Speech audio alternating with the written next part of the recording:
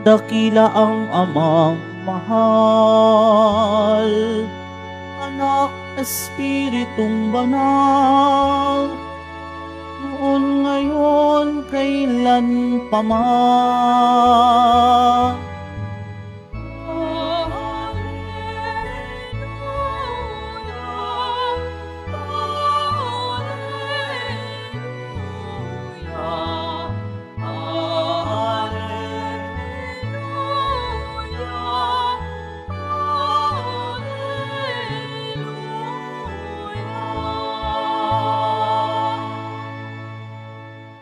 Sumainyo ang Panginoon. At sumaiyo rin. Ang mabuting balita ng Panginoon ayon kay San Juan. Papuri sa iyo, Panginoon. Noong panahong iyon, sinabi ni Jesus sa kaniyang mga alagad, "Marami pa akong sasabihin sa inyo, ngunit hindi pa ninyo kayang unawain ngayon. Pagdating ng Espiritu ng Katotohanan, tutulungan niya kayo upang maunawaan ninyo ang buong katotohanan, sapagkat magsasalita siya, hindi sa ganang kaniyang sarili. Sasabihin niya sa inyo ang kaniyang narinig at ipapahayag ang mga bagay na darating. Pararangalan niya kayo, sapagkat sa akin magmumula ang ipapahayag niya sa inyo. Ang lahat ng sa Ama ay akin. Kaya ko sinabing sa akin magmumula ang ipapahayag niya sa inyo." Ang mabuting balita ng Panginoon. Pinupuri ka namin, Panginoong Hesukristo. Magsiupo po muna ang lahat. Magandang hapon po sa inyong lahat, mga kapatid kay Kristo. Sa lahat po ng ating mga taga-subaybay sa iba't ibang online platforms at sa lahat ng ating mga kadiboto sa iba't ibang panig ng Pilipinas at maging sa buong mundo kung saan tayo ay naaabot ngayon ng ating live streaming. Mapayapong hapon din po sa inyong lahat. Purihin at dakilain natin ang ating Panginoon, ang mahal na poong Jesus Nazareno.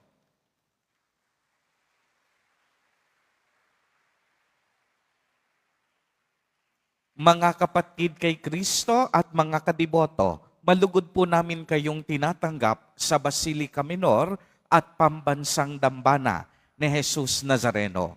Sa araw na ito ay atin pong ipinagdiriwang ang kapistahan ng tatlong persona sa isang Diyos.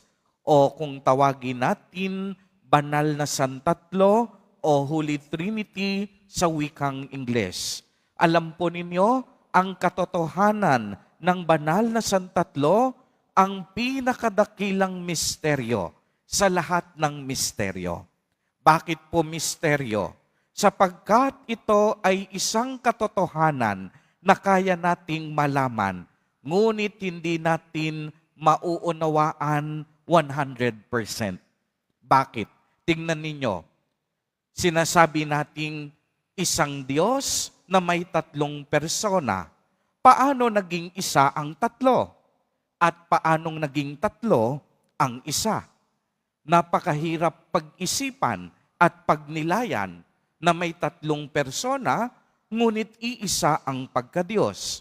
Ngunit anong sinasabi ng ating simbahan? Mauunawaan natin ang misteryong ito sa pamamagitan ng kanilang mga tungkulin o kanilang ginampanan sa kasaysayan ng ating kaligtasan. Unang-una, sa lumang tipan, kung babalikan natin, nagpakilala ang ating Diyos bilang Diyos Ama na siyang lumikha ng sanlibutan. Kaya kung inyong mapapansin, kung kayo ay magbabasa ng matanda o lumang tipan, makikilala natin doon ang Diyos Ama na siyang lumikha ng lahat ng bagay. Isang Diyos na lumikha sa mga lupa, sa mga dagat, sa kalawakan, at higit sa lahat, isang Diyos na lumikha sa mga tao. Kaya nga, ang Diyos na ito ay Ama ng sanlibutan, Ama ng ating mga ninuno, Ama ni Abraham, Ama ni Moises, Ama ni Isaac, Ama ni Jacob, sapagkat ang Diyos Ama ang ating tagapaglikha. Kung babalikan natin ang bagong tipan, ipinakilala at isinugo ng Diyos Ama ang kaniyang bugtong na anak na si Jesus Nazareno upang tubusin tayo sa ating pagkakasala. Sapagkat wala sa plano ng Diyos Ama na ang tao ay magkasala. Nung si Adan at Eva hindi sinunod ang kalooban ng Diyos, pumasok ang unang kasalanan sa mundo. At ang kabayaran ng kasalanan ay kamatayan. Kahit na ang tao ay mamamatay, ang sabi ng Diyos, hindi kamatayan ang huling salita, kung hindi ang aking awa at pag-ibig.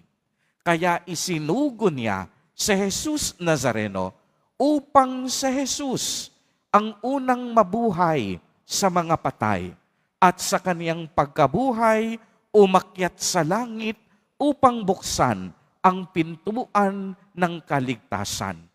Kaya nakilala natin ang Diyos Anak bilang tagapagligtas. At ipinakilala ni Jesus, inihayag niya na ang Diyos Ama at Diyos Anak ay iisa. Iisa sa pagka-Diyos. Bagamat may ibang tungkulin o ginampayan sa kasaysayan ng ating kaligtasan. Muli, ang Diyos Ama ang lumikha, ang Diyos Anak ang tagapagligtas. At noong 2 linggo, 2 linggo ang nakakalipas, ipinagdiwang naman natin ang pag-akyat ni Jesus Nazareno sa langit. Ngunit bago siya umakyat sa langit, isinugot niya muna ang magiging kahalilin niya. At ang kahalilin niya ay ang banal na Espiritu. Ang Espiritu Santo na sa ating kapanahunan ngayon ang siyang tumatanglaw sa atin. Kita ninyo, nabuo ang tatlong persona sa iisang Diyos. Sa lumang tipan, ang mukha ng Diyos Ama. Sa bagong tipan, ang mukha ni Jesus Nazareno. At pag-akyat niya sa langit at ang Pentecostes, pagbaba ng Espiritu Santo, ang kasama naman natin sa kasalukuyan ay ang banal na Espiritu Santo na siyang nagpapabanal sa atin.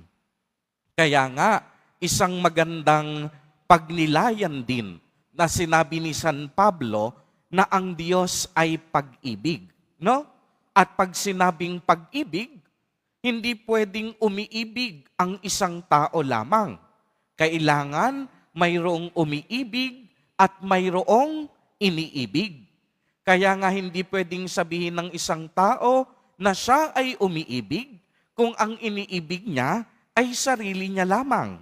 Dapat mayroong tao or mayroong object na kaniyang pinagtutungkulan ng kaniyang pag-ibig. Pagmasdan ninyo tong mabuti. Ang Diyos Ama, iniibig sa paraang walang hanggan ang kaniyang anak. Ang Diyos Anak na si Jesus.